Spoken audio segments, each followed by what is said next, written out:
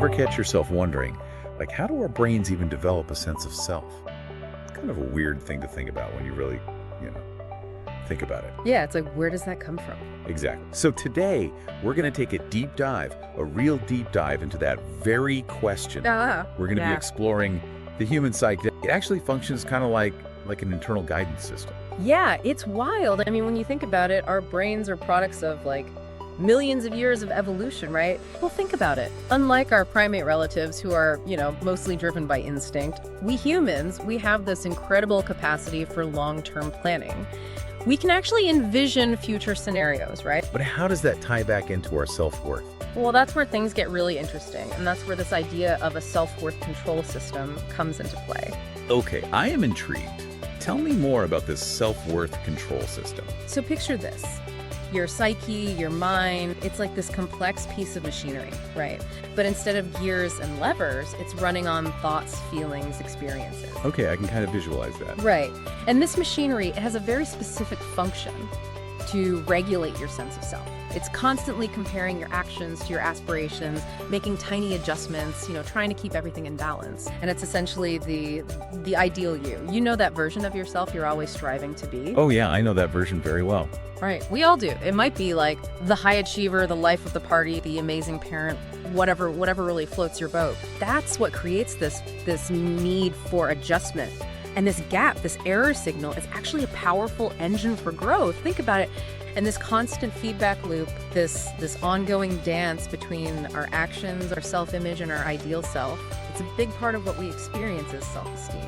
But it also makes you wonder, like, how much of this ideal self, this soul word, is like actually ours? How much of it is shaped by, the world around us? Yeah. Like things like societal expectations or even just like the opinions of others. They're heavily influenced by the culture we grow up in, the communities we're part of, all those unspoken rules and expectations. Right. Exactly. That's when those error signals can really start blaring.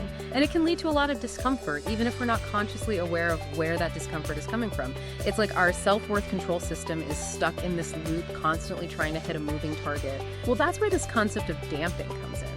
And it's really fascinating how this applies to, our psychological well-being. In a technical system, like a thermostat or whatever, damping helps regulate how quickly or slowly it responds to changes. And often they can actually use those discrepancies, those moments of, perceived failure as valuable feedback. Like, okay, this didn't go as planned, so what can I learn from this? How can I adjust my approach moving forward? So first and foremost, self-reflection is key.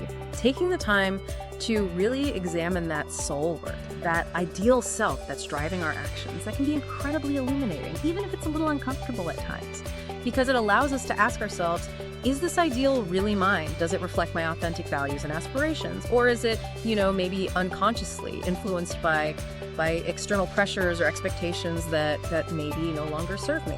But what if, instead of focusing on all the ways we think we're failing, we focused on our resilience, our courage, our willingness to even show up and try, even when we're not sure of the outcome?